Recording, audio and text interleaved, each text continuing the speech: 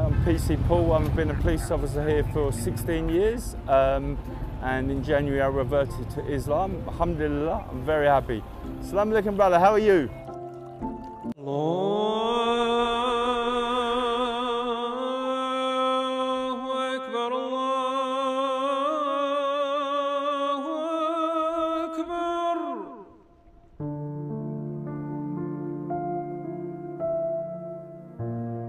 Amid the wave of secularization and the declining interest in religion across Europe, there is one country that is unexpectedly experiencing a spiritual awakening.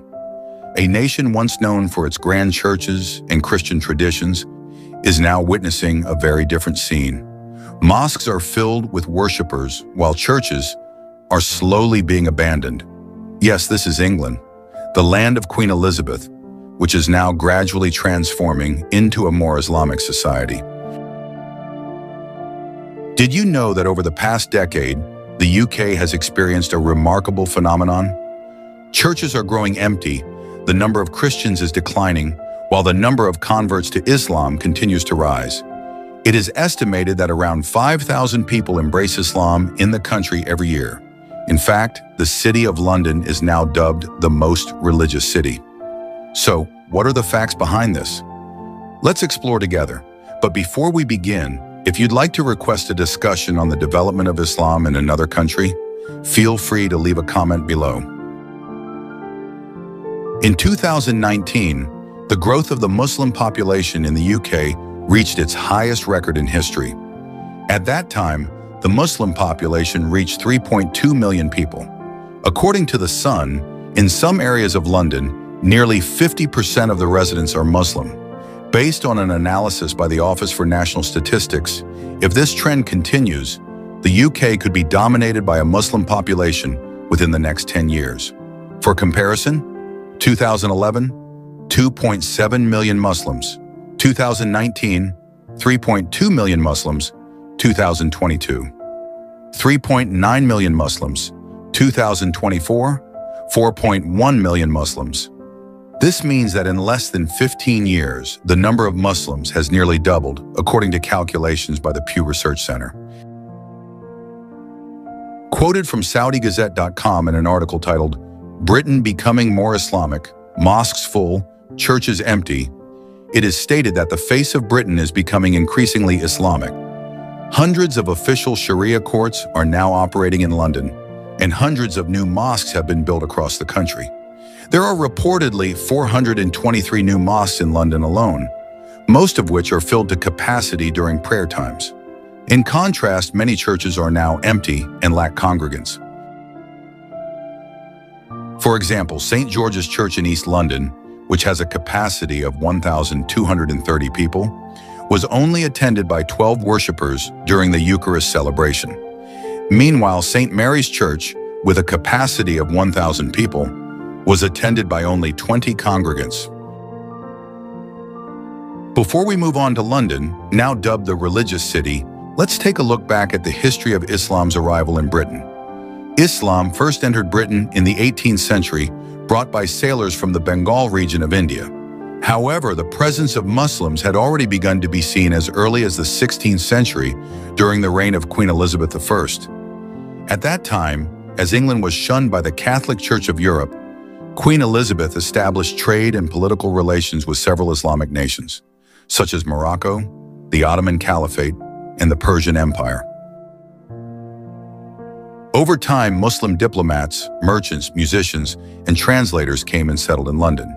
Then between the 18th and 19th centuries, waves of Muslim immigrants from South Asia, especially from Pakistan, India, and Bangladesh, further strengthened the presence of Islam on British soil. Today, we are witnessing how several churches have been converted into mosques. For example, the Clayton Heights Methodist Church, built in 1870, was closed in 2022 and transformed into a mosque. Hyde United Church was turned into Medina Mosque. St. Peter's Church was also converted into Medina Mosque after being purchased by the Muslim community. What's equally inspiring is the contribution of the Indonesian Muslim community. In the Neasden area of North London, Indonesian residents purchased a former church and transformed it into the Indonesian Islamic Center.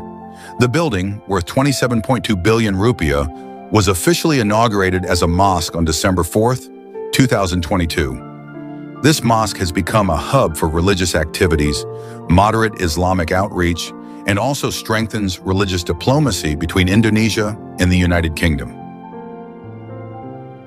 However, the transformation of churches into mosques has certainly sparked both support and opposition.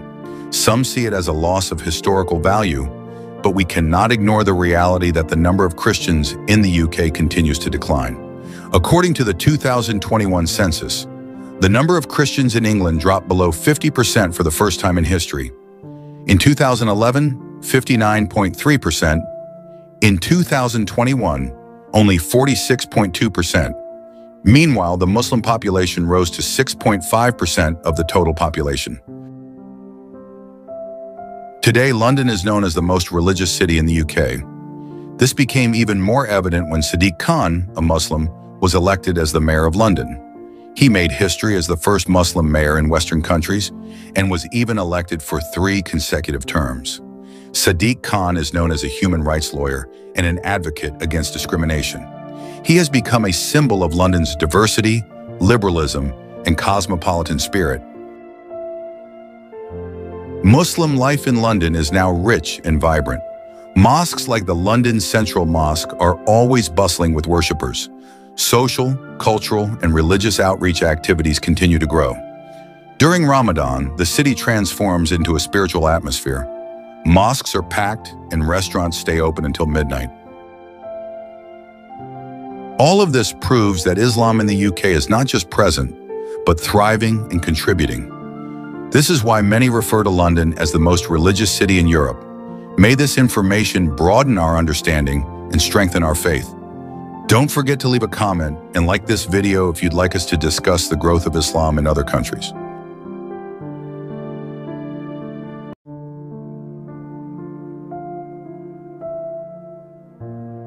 Alia Rayyan is a woman from the UK who decided to embrace Islam in 1999. Her decision to become a Muslim was not easy, as she had to face various challenges, including rejection from her own family. However, her determination in seeking truth and spiritual peace led her to Islam, and since then, she has become an active figure in Dawah and founded an organization to support other converts. Alia was born and raised in a predominantly Muslim environment. Although she came from a non-Muslim family, she often interacted with her Muslim friends and neighbors. From a young age, she showed an interest in Islam, even though she didn't yet fully understand its teachings. One of the most memorable moments in her life occurred when she was around 8 years old. At that time, she saw a Muslim neighbor performing prayer in a simple mosque near her house. That scene made her curious, especially because of the sense of tranquility and devotion radiating from the act of worship. Her interest grew stronger when she attended the funeral of a Muslim classmate. On that occasion, she observed how Islam teaches serenity and patience in facing death. Unlike the traditions of her own religion, she felt that there was something more peaceful in Islam's teachings about life after death. As she entered adolescence, Alia began to question many things about life and the purpose of human existence. She felt a spiritual emptiness that could not be filled by the religion she was born into. Her search for the meaning of life led her to study Islam more deeply, especially as she observed how her Muslim friends lived their lives with calmness and conviction. Alia started reading books about Islam and comparing them with the teachings of other religions. The more she learned, the more she felt that Islam provided logical and satisfying answers about life, God, and humanity. However, her desire to embrace Islam was not a decision that could be made lightly. She was aware that her choice would come with many obstacles, especially from her family, who did not support the change. Eventually, after years of searching and reflection, Alia decided to say the Shahada and become a Muslim. She did it with full conviction, even though she knew the path ahead would not be easy. Upon embracing Islam, the first reaction she received from her family was rejection. Her mother was very angry and disappointed, even refusing to speak to her for a time. Her family felt she had betrayed their traditions, and many tried to convince her to return to her former religion. However, Aliyah remained steadfast in her decision. She tried to explain to her family that Islam had given her the peace she had been searching for. Though difficult, she continued to practice her faith with confidence, including wearing the hijab and striving to live according to Islamic teachings. As a convert, Aliyah faced many challenges. Besides rejection from her family, she also struggled to adapt to life as a Muslim. She had to learn how to pray, fast, understand the Quran, and respond to many questions from those around her. Additionally, she experienced discrimination and prejudice from people who misunderstood Islam. Some thought she had been influenced by propaganda or that her decision was just a phase. However, none of this shook her faith. On the contrary, these challenges only strengthened her belief that she had chosen the right path.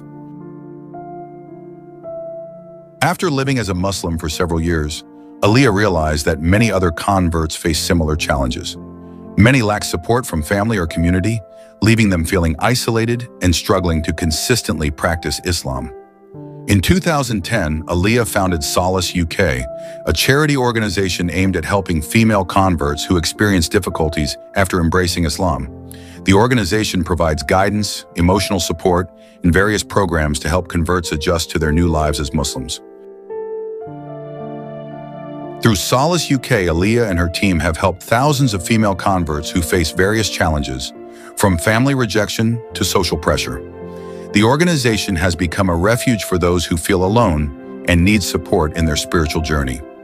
In addition to her work with Solace UK, Aliyah is also involved in various dawah activities, both directly and through social media. She often shares her experiences and offers motivation to those seeking a deeper understanding of Islam. In 2023, she published a book titled Ramadan Reflections, which became a Sunday Times bestseller. The book offers deep spiritual reflections on the experience of Ramadan and how one can strengthen their relationship with Allah. The success of her book shows that many people are drawn to the spiritual messages she shares. Aliyah continues to use her platform to spread the teachings of Islam in a gentle and compassionate way. The story of Aliyah Rayyan is a powerful example of how Islam can bring someone peace and true happiness, even when faced with great challenges.